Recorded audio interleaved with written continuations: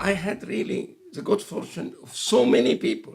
I can't say I was able to see far because I was standing on the shoulder of giants, but this is very truthful. None of us is an island. Right.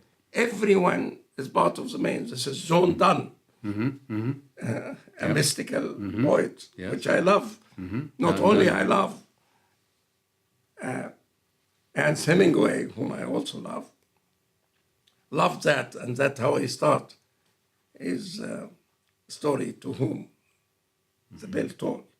He starts by saying this poem by John Donne. It's beautiful about this mystical people. They're teaching us real democracy, real respect to everything. And really, Scott, I am not a Buddhist. I find it difficult now, like my daughters, to kill even a spider. Oh, Everything I understand. living is worth preserving and respecting, even a spider. Ahimsa, non-violence towards Yes. all living things. Yes. We must learn that. Yes. I think this is more important than anything. And when we are that far, then we will realize how important science for the future of our race, for the future of our planet.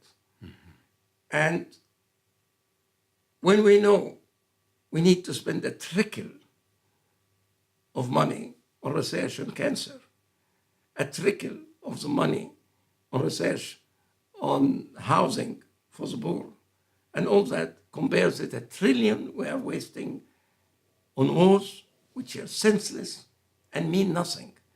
I mean, I love Ezra Pound. Of course, Ezra Pound was a victim. Ezra Pound. Ezra Pound was a victim of Mussolini's demagogy, and he loved him more than he should deserve. But the point which Ezra Pound wanted to say is we have to be very wary of the black power which is moving us toward war and causing war without having any prejudice against any race or religion. But it does burn in the spirit of, or in the soul of any human being wears the name human being, to see how little we spend on science, research, and philosophy and art compared to the waste which we are ready to destroy other people and other nations under any logo. I, for one, who was very, very nationalistic when I was young and stupid, I still love my country. I love my country because love thy neighbor, love the first people who are near to you. But I'm not ready now, to my shame, to go to war for anything. No. Even defending my country. If somebody wants to occupy my country, you're welcome to come. Then you have to look after me. You have to feed me, but I'm not going to kill anybody.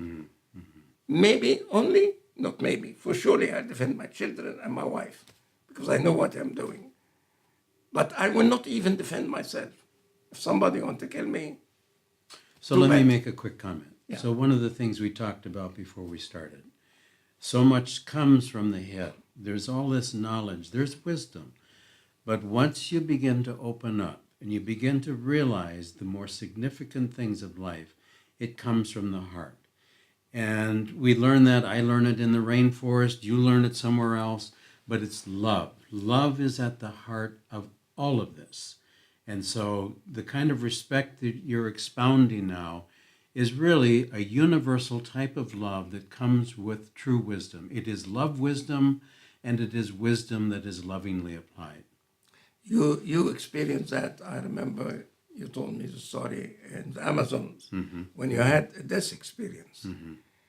Death is an event outside life, but it is, I'm aware of it. It's in the set we are now, although it's outside the set, because when I'm dead, I will not be there. I will not be aware of that. But then you have this state of experiencing death, and yet you are not dead.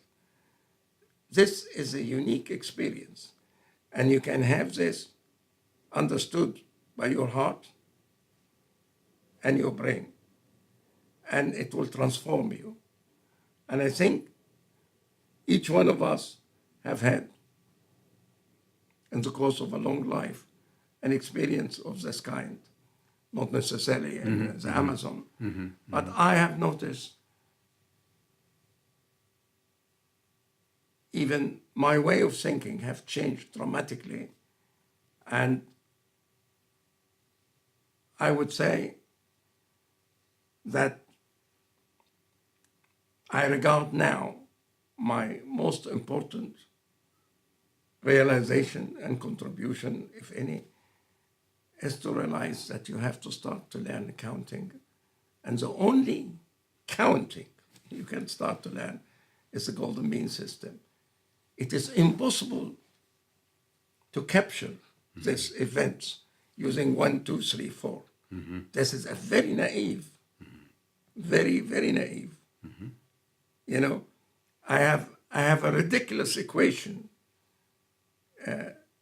It's, say, 12 is equal 14 is equal 11.071. But this is the naive counting. This is the naive counting after you correct it with what the theory required. And this is the fuzzy golden mean counting, which really captures nature as it is. Unless we accept that 12 equal 14 equal 11.7082033,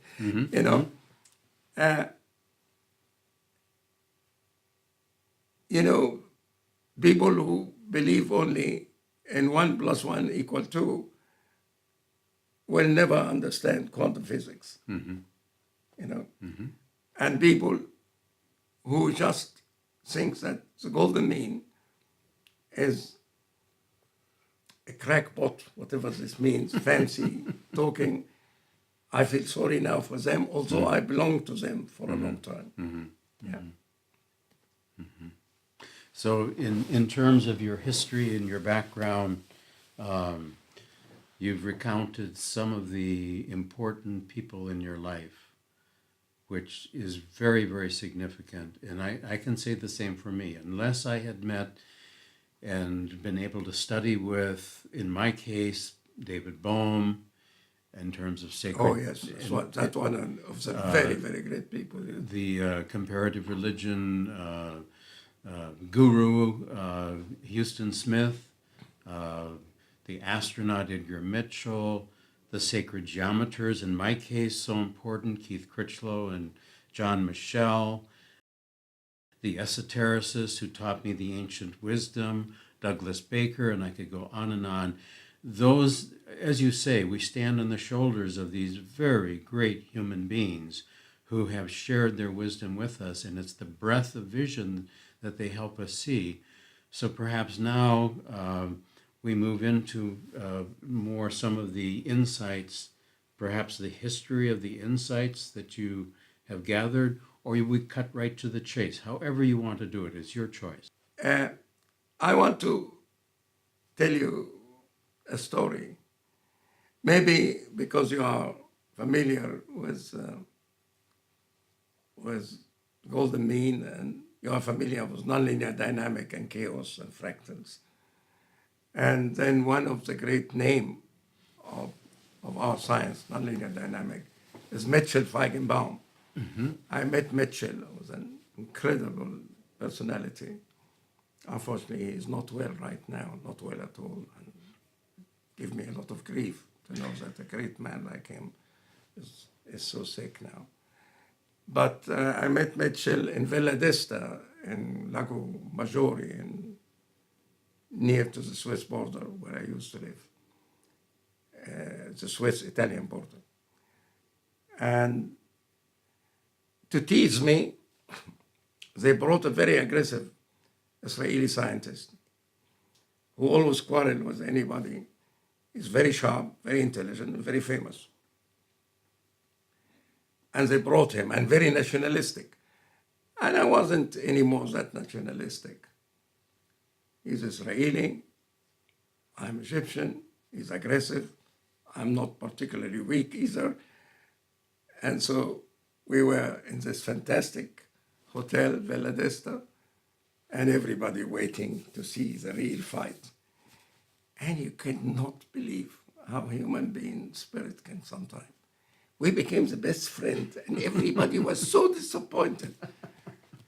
We are friends till today, I must say. It's Itamar Procaccia from Weizmann Institute. And you see, here it is. There was nothing in his head that I'm Egyptian. There was nothing in my head is Israeli. That we have 7 or 8 wars which lead to nothing. All what we've seen is two people who think alike. Mm-hmm. 2 people who love science. Mm-hmm. 2 people, before anything, who loved the peace treaty of Sadat to end this nonsense, which is called nonsense. Anwar Sadat. So there was a big disappointment to Feignbaum and everybody to see the 2 people clashing. It is human spirit. It's infinitely, uncountably infinite, like when you count the digit of the golden mean, when you expand it. You see, the golden mean, the way I do it, is square root of 5 minus 1 divided by 2 equal to 0.61803325, and you go on indefinite like that. Okay. Then the square of it becomes 0.39 blah, blah, blah, blah, infinite. Yep. You add them together, you get unity. So unity is nothing but the addition of an infinitely many thing plus infinitely many things, and they hide them into one. And you ask anybody to count. If he's a mathematician, he say 0, 1, 2, 3, and he think he can solve the world. This one hides so many things inside it. Yeah. So you cannot capture this correctly. The real hero of our time, and this is really, I'm borrowing it from my friend and teacher, who's younger than me, Gerard. Gerard always said, Mohamed, the real hero are not the theoretician. The real hero are the experimentalists. The people who try to make sense and show us how the nature is and try to fit them to our very imperfect theory. This is really the difficulty. And they can be helped enormously if we adapt the golden mean system. If you have the golden mean system as the basis of mathematical computation, then you will not need even a quantum computer. And you can do everything in a very easy way, like nature. Look what nature have done without funding.